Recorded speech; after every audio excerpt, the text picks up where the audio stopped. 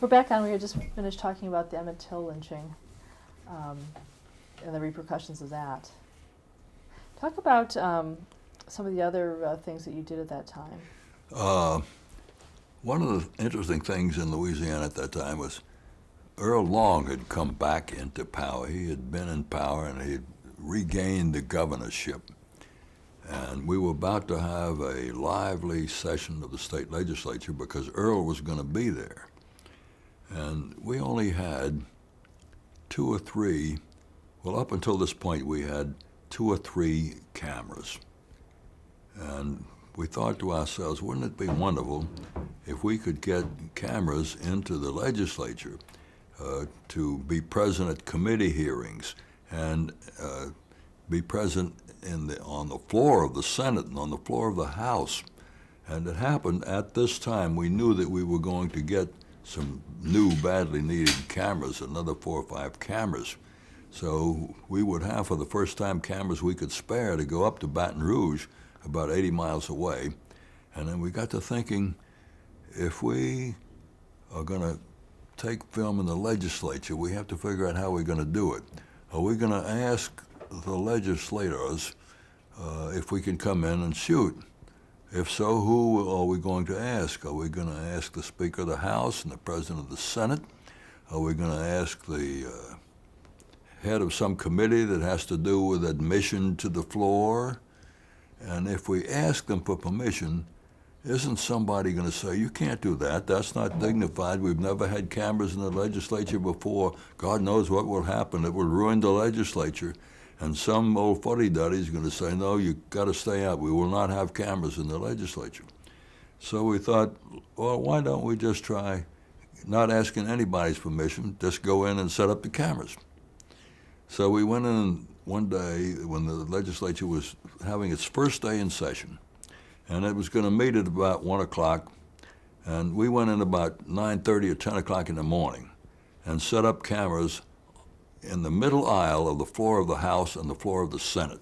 Luckily, the aisles were about 8 feet wide, and we could set up on one side of the middle aisle. We were very obnoxious in the way, so we shouldn't have been there. But we didn't have long lenses that would permit us to shoot from the rear way over on the side. And we were the only camera there, so we set up these cameras. Nobody said a word.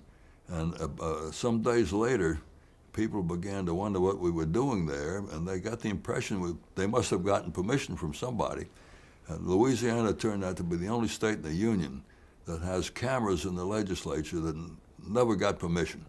They didn't have to go through the trouble of debating whether they were going to have cameras or not. And but Earl Long, after a few weeks, he was sitting on the floor of the legislature, which he was not by tradition allowed to do, and buttonholing the legislators, I want you to vote for this bill. He was kind of raspy in his voice, I want you to vote for this bill. And we got film, and we would turn the camera around and show Earl sitting there in the legislature, buttonholing the legislators. We got some film of Earl doing this, and he didn't like it. And he tried to get his people to throw us out. But the New Orleans legislators, and this was being shown on a New Orleans station, other parts of the state didn't have this coverage of the legislature. And the New Orleans legislators had begun hearing from people in New Orleans, Senator so-and-so or State Representative so-and-so, I saw you on television the other night. That was a good point you made about this waterway bill. And they liked the attention they were getting from television, and we were careful to show the pro and the con of any issue people were arguing on the floor. And the New Orleans legislators refused to go along with the business of throwing us out, and as a result of their support, because they liked the attention they got on television, we were there steadily, and Earl did not succeed in getting us thrown out. We had a huge reaction from our audience with live shots of their own legislators in session, talking, debating bills, making points. They had never seen the legislature before. They were interested in it, something absolutely brand new. And we got dozens and dozens of enthusiastic letters. It was very fascinating. Now, how long would they run, these pieces? Oh, we just had bits. Our cameras in the beginning, I guess about the time we started in the legislature, we got away from our 100-foot spools of film and got into bigger interviews. But in general, we had bits of 45 seconds and a minute or a minute and 30, something like that. Did you see some of the politicians starting to play for the cameras as this was going on? You can't tell when a congressman is playing to the camera. He goes to the lectern and he makes his speech, and you can't tell what's in his mind. I'm sure some of them were playing to the camera, but they looked like they were playing to the camera before there were ever cameras there. Talk a little about the introduction of editorials on news and on WDSU. We, at the time, the item, when I went to WDSU, I knew the item was going to fold, but it was about a year later before it was going to fold. And we got word that the paper was going to fold and going to sell out to the Times-Picayune. And we broke it on our 6 o'clock news. The item didn't know we were going to break it. Their own employees had not been told, and which made the editor, for whom I had previously worked, very angry at me that I hadn't told him we were going to break the story. But when the item folded, we decided that we were going to start our own editorials. And we started putting on 2-minute editorials every weeknight, Monday through Friday, during our 6 o'clock news. And we would repeat them the next morning in some morning news program. And we did that for some years. The most interesting effect had to do with school desegregation. A battle went on between federal Judge Skelly Wright and the legislature over school desegregation. The Judge Wright would order the state to desegregate, and he was aiming at two New Orleans schools in particular. And every time he did that, the legislature would pass a law creating a little different situation, and from their point of view, they nullified Judge Wright's previous order. Now he had to go through the process, which took months, of putting out another order to hit this new situation, and this legal battle went on for 2 years. During this period, we ran 50 editorials on the subject of school desegregation.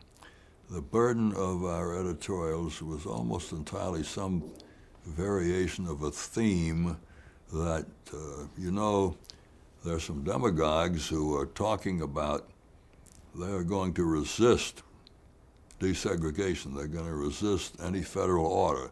If the courts finally say you must desegregate, they were not going to do it. But this didn't work in Little Rock. It likely will not work in New Orleans, and New Orleans will be better served if citizens figure that they may want to resist segregation in the courts, but finally, when there's a decision that is the last decision, if the decision is for desegregation, it doesn't make any sense for the city to go in for violence or to invite violence or have cross burnings or riots in the street. That will not help New Orleans. Our editorials indicated that in the long run, we're going to have to accept what the U.S. courts say. And everybody knew that eventually the courts were going to say you had to desegregate. So this put us in the position of being in the desegregation camp and the integration camp. And we got a lot of nasty mail, nasty phone calls. My wife took our phone number out of the book so we wouldn't get any at home. And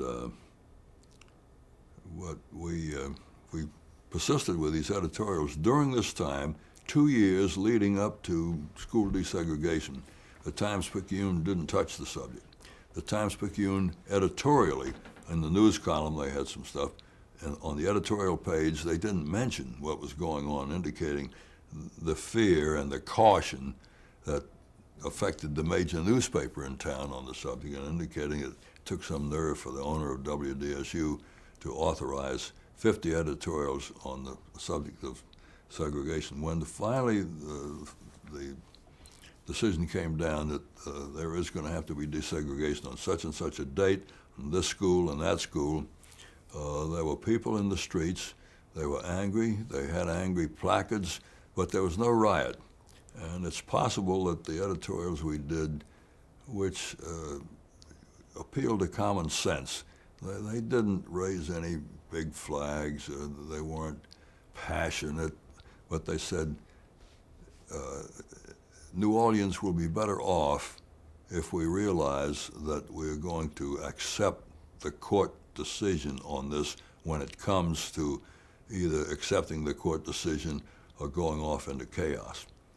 And that was an interesting period, and I think the station had a lot of guts in doing what it did, for which I give credit to Edgar Stern, the owner of the station. And we got enough hate mail and so forth that we realized that something was happening. We were contributing to a tense situation. I had a friend who was also known as Bill Monroe. I went to high school with him. We were in the same homeroom, having the same last name. And he used to get a lot of my hate phone calls because people didn't realize that this was the wrong Bill Monroe. So I would see him sometimes, and he said, "You got 3 of the nastiest phone calls last night." So I told him, "Thanks for telling me." I'd keep up with my phone calls partly through reports from him, and I didn't have to bother with the phone calls. It was a very nice system. Did you ever feel physically threatened? My wife, I think, felt threatened. I didn't feel that these people were going to actually come in and throw something through the window. For one thing, the station was very fair. When we did a editorial that would put us in the position of accepting desegregation, we went to the chief the chief segregationist in town, usually Judge Leander Perez, and offered him the same editorial space the next day. And he would come in and answer. So they had a feeling that we were being fair about this, and we weren't using our airtime to impose some viewpoint that wasn't counterbalanced by what the segregationists had to say. I remember one time Judge Perez taped or filmed an answer to our editorial, and he was nervous. He wasn't used to appearing on television, even taping, even filming. And I told him, "Judge, I think you could probably be more effective than that. Why don't you try a second take and see if you don't like it better?" And he did. It was better, and he appreciated this consideration. We not only gave him time to answer us, but we helped him be effective in his own answer. And I think that kind of fairness helped avoid what possibly could have gotten into violence. Although the day of the school desegregation, I went to the scene, and the crowd recognized me and gathered around me, and there was a lot of anger and profanity, and it was getting very loud, and the police asked me if I would kindly leave, which I agreed to do. Were you the one delivering these editorials on the air? Yeah. Was there anyone else that was doing it, or just you? Mostly me. I wrote them and got them approved by management, and sometimes changed them a little bit if management wanted them changed one way or another, and put them on the air. Let's stop the tape. We're back on. In 1959, NBC aired a special Back to School, which you were a part of. I've forgotten it. You reported on. You were one of the reporters on problems faced by the U.S. public schools. I've forgotten all about it. I can't remember what was in it. Okay, so let's move on. In 1960, you won a Peabody Award. WDSU did. Talk about that. What did that mean to the station? I think the Peabody Award probably had to do with the editorials. And the station was very proud of them Peabody Award. We were delighted to get that recognition. I don't think we thought we were doing anything great, but it was nice to have what we were doing kind of came naturally. And but it was nice to be recognized. And we thought we were good citizens in New Orleans, saying the kind of thing that the newspapers should have said. And it would have been helpful if the newspapers had said some of what WDSU said. The members of the school board were terribly embattled. If we had hate mail and hate telephone calls, they had 10 times as much. And they were the target of a huge amount of hatred and demonstrations. And we were sort of supporting them and supporting the federal judge. The federal judge, Skelly Wright, later said that we were the only media organization in town giving him any support. So he was kind of lonely in his battle, and so were the school board members. And the Peabody Award gave us a feeling that we were being recognized for a substantial contribution. An interesting thing happened that I thought was highly significant. When I left New Orleans to go to Washington, NBC News in 1961, I would come back periodically to New Orleans where I had friends and family, and we would visit New Orleans several times a year. And for the next 5, 10, or 15 years visiting New Orleans, I found that I was recognized on the street by black people and very rarely by white people. And I think the memory of a face on television fades in time, but this was so striking that it had to come from the fact that black people felt that these editorials indicated a voice of sanity and a place where there was a voice from the white community arguing for acceptance of desegregation, that it was a voice of hope to them, a voice of let's not riot, let's have some decency here in New Orleans. And there was some kind of common sense coming to them from the white community through these editorials. I can't otherwise interpret this. It's such a remarkable thing to go back to your hometown 10, 12 years later and have this black person come up to you, and next day another black person say something. And in the meantime, no whites, especially saying, didn't you used to be on television? Whatever. The difference was very startling. Now, what prompted your decision to leave WDSU for Washington? I was offered a job. The people at NBC News in New York had learned to trust WDSU as a southern station that covered. This is a little different from editorials. The editorials took a stand. Our coverage was straight down the middle, I think. We had, you could see segregationists on our newscast, and integrationists, black people and white people. And the people in New York had begun to look on our station as a reliable news station in the South that was not, obsessed with the racial tenor of the times on one way or another, that handled everything in a journalistic and relatively objective way. And I think they thought that I had some responsibility for that, and they went to the bosses at WDSU and asked them if they could talk to me about a job, and they told me that they would be interested in talking to me about a job running the Chicago Bureau or the Washington Bureau.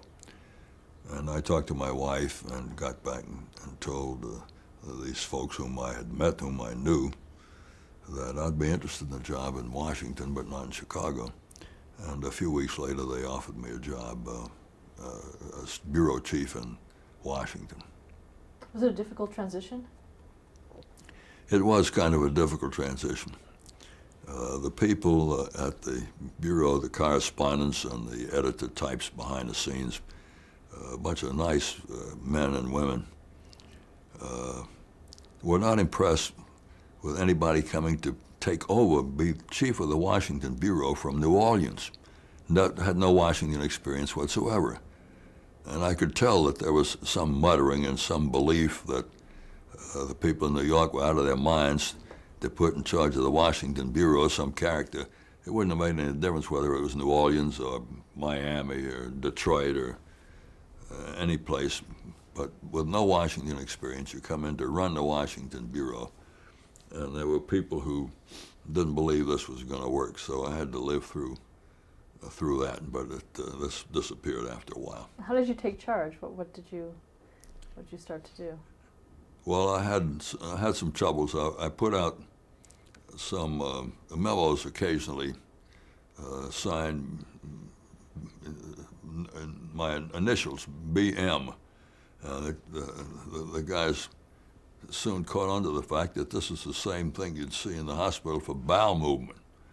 And they were kidding me about this, and I began to realize I had to use something other than my initials. Here comes another bowel movement from the boss.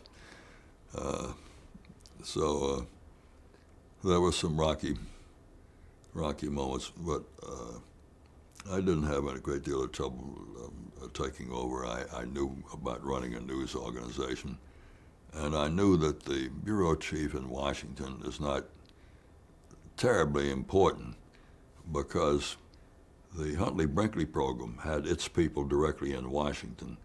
They meant as much to the Washington correspondents as the bureau chief did, because the Huntley-Brinkley people determined whether you were on the air on the Huntley-Brinkley program or not. I didn't determine that as bureau chief. So I didn't have an exaggerated sense of how important I was as bureau chief. And I enjoyed the work. I spent too much time at it.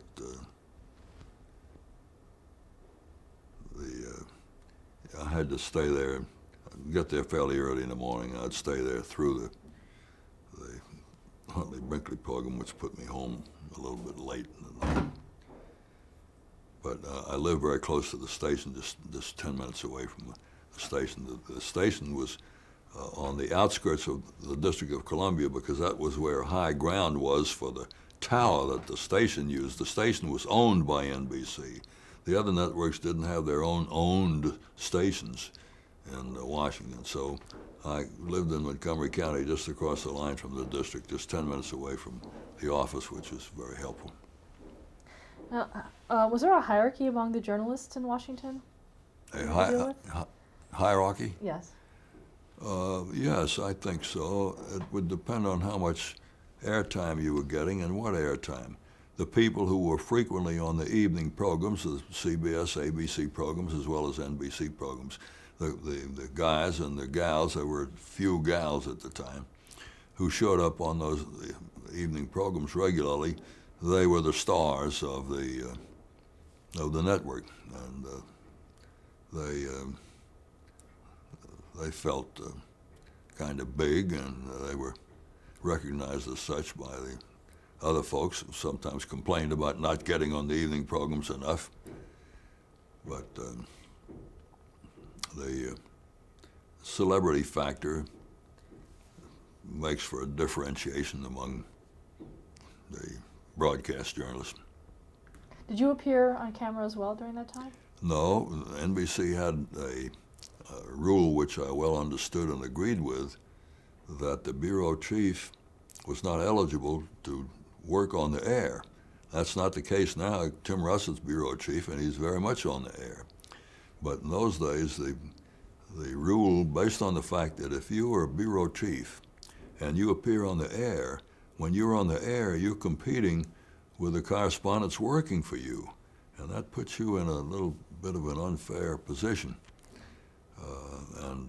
So I was not on the air at all in those days. Who did you report to? Who was your boss? I reported to Julian Goodman and Bill McAndrew in New York. They were the heads of NBC News and the number 2 man, respectively.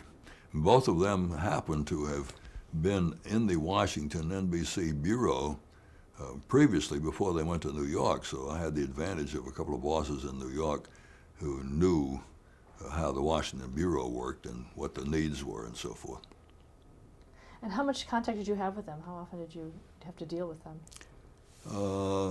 Well, they might call me 3 or 4 times a day, or they might be a couple of days when they didn't call at all. And these were wonderful people to work for. They were very sensitive and generous toward people working for them. I remember Bill McAndrew called me one time from New York, and he had something he wanted me to do. I can't remember what it was. And he said, "Bill, do you mind if I make a suggestion?" Now, here's my boss. Do I mind if he makes a suggestion? I was so tickled with the gentleness of his approach, and I told him I did not mind if he made a suggestion. I would consider any suggestion he made as something of an order, and I would do it, whatever it was.